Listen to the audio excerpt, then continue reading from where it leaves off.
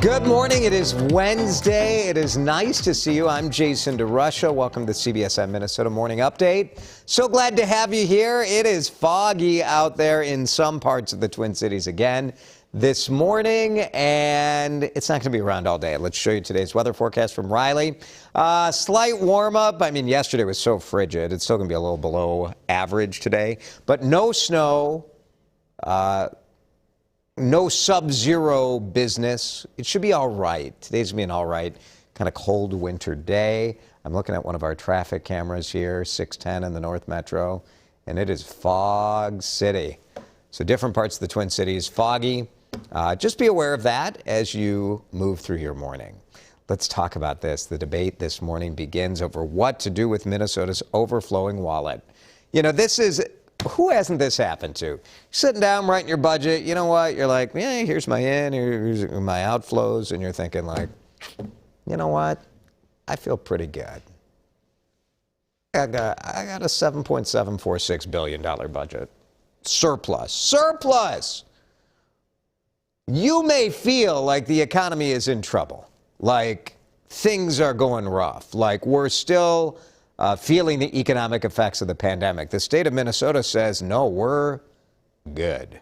This is a surplus by the summer of 2023, which is the end of the budget period. So what's happening here? Well, you know, companies, they're doing great. Employees, well, overall, people's pay has gone up. So income tax receipts are going up as well. And we're spending it. We're buying stuff. We're upgrading our homes. We're buying... new stuff. We're buying clothes. We're going back out to eat. So this forecast says, hey, things are way better than we expected. Now, things could change, right? Variants, supply chain. But this is where we're at now. Lawmakers need your help.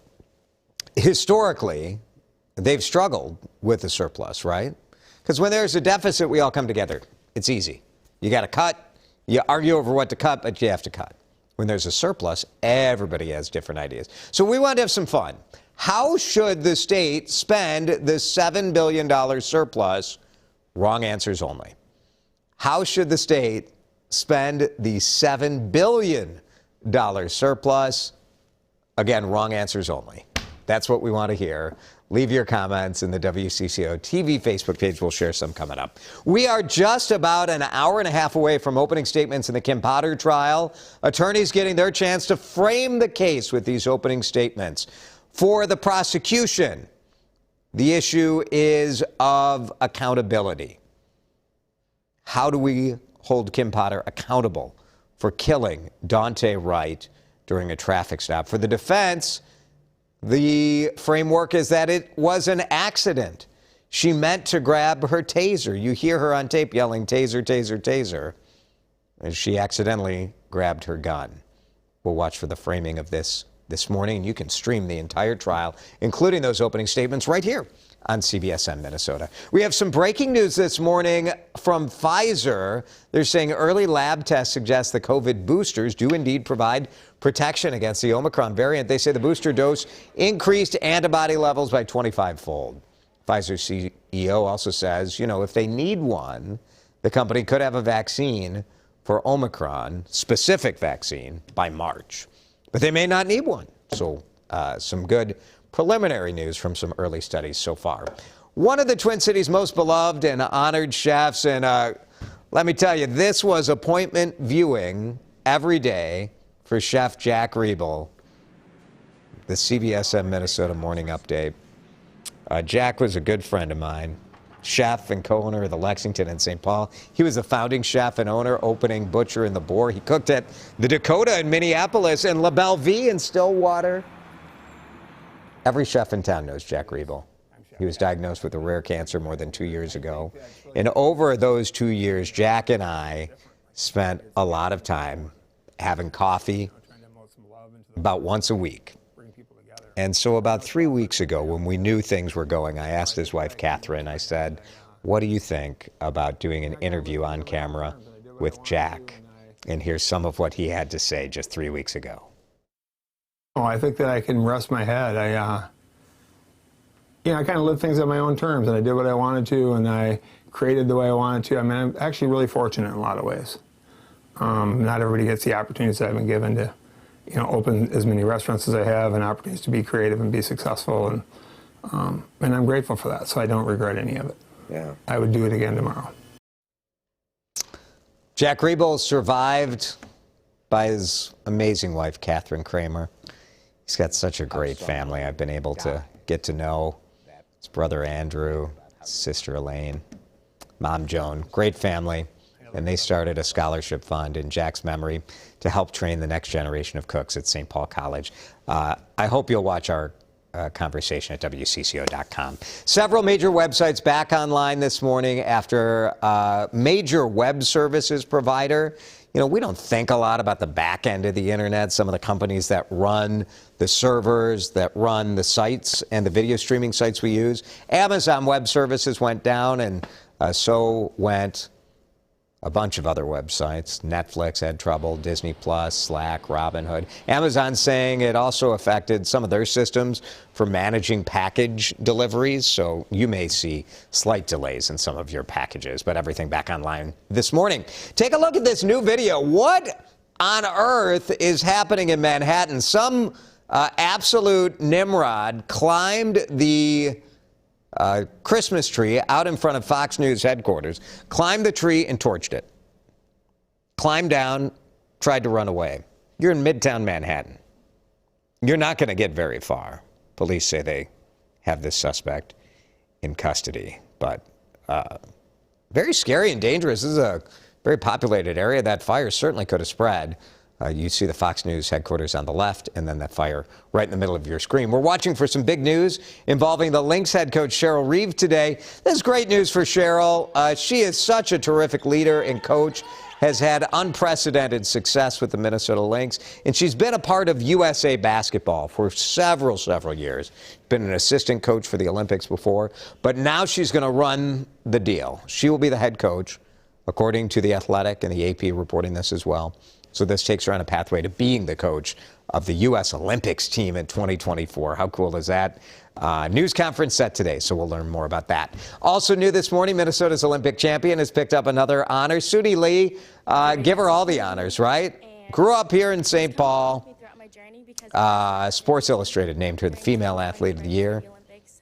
I mean, she won 3 Olympic medals in Tokyo, and that just inspiring clutch performance, the all-around gold as she stepped up to help her team and help America, really. Suni Lee, all-around gymnastics. What an inspiring young woman. Safety issues might make it a little harder to get tickets to the Twins spring training. And even if you get tickets, you're not going to get a home run ball. This is outrageous. So here's the deal. This is their stadium, Hammond Stadium. They're in Southwest Florida, and it's owned by Lee County. And the county said, you know what, we're doing an inspection, and part of the stadium may have structural problems. So we're thinking it's probably not a great idea to sell a couple thousand tickets on the boardwalk in the outfield. They're waiting for an engineering report, but they're on standby for this part. See this part in teal on our map? That is the affected area. So no tickets there because, like, going to spring training to see the Twins would be awesome, right? Going to spring training and having the boardwalk collapse to the ground would not be ideal. So we salute you, Lee County, Florida. Please wait for the engineering report before you sell those tickets. You got to see this new video of a giant sunfish. Here in Minnesota, when we talk about sunfish, you're thinking about the typical sunnies, right? Your bluegills. That's probably the most popular one that people catch. You catch those sunnies, you fry them up, they're delicious. This is Laguna Beach in California, and I don't know that you could fry this sunfish up. The ocean sunfish is a large fish. These paddle boarders say, this sucker was about the same length of my board, somewhere between 9 and 10 feet long. If you Google giant sunfish, as I did this morning, they find some big bad fish. But that is something else. You're just out on the paddleboard at Laguna Beach. I would be a little more worried about a shark. But that sunfish was pretty chill, right? I don't know. Maybe when you're swimming around with that much girth, You're not moving very swiftly. All right, let's talk about the $7 billion surplus. Let's spend someone else's money. Wrong answers only. How would you spend the $7.7 billion surplus? Diana says blast someone off to space permanently. Diana, thank you for not saying who you were thinking. Annette says give it to Minnesotans, let us spend it. LOL. I don't know. I mean, that's what Jesse Ventura did. I read in Blois Olson's newsletter, Morning Take, today, that if they gave every adult a check, it'd be like $2,100 per Minnesotan. That's a lot of money, right? Like $4,200 for a couple. Whoo! Spoiler alert, that is not going to happen. And by law, they have to take a portion of the surplus and put it to replenish the rainy day fund that they spent a lot down. Okay, there's me saying right answers. Melody, lottery time. Oh, that's fun. Everybody who's paid all their taxes gets entered, and someone wins $7 billion. Melody, fun. Thank you. I like that. Eric. They should spend the money on giant peanut statues for every single front lawn in Minnesota. Who do you want? Gerald, which Peanuts character do you want in your front yard? Who? Snoopy. Yeah. Pigpen for me, maybe? Be nice. Have to have the little cloud up there. All right, Michelle says since we're doing wrong answers. Oh, the Minnesota Space Program. I like it. We have Space Force now, the new branch of the military, but why not a Minnesota space program? Where would we launch from? Where would you put the launch pad? Like, I'd like it in a goofy, like in Climax or something. Like just some random part of the state with a hilarious city name. Thanks, Michelle. Kevin says we should buy a football team. What, the Vikings aren't doing it for you, Kevin? You want to buy a different squad? I feel you. I feel you on that one. Thanks, everybody, for your feedback. Don't forget streaming coverage. Gavel to gavel, Frank Vassalero will guide you through it. Frank's going to anchor the entire Kim Potter trial, and so he'll be a terrific guide to kind of let you know what's happening, put it into context. We'll have Joe Tamburino giving legal analysis. So all of that streaming right here on CBSN Minnesota. Thanks for watching the Morning Update. I'll see you back here tomorrow.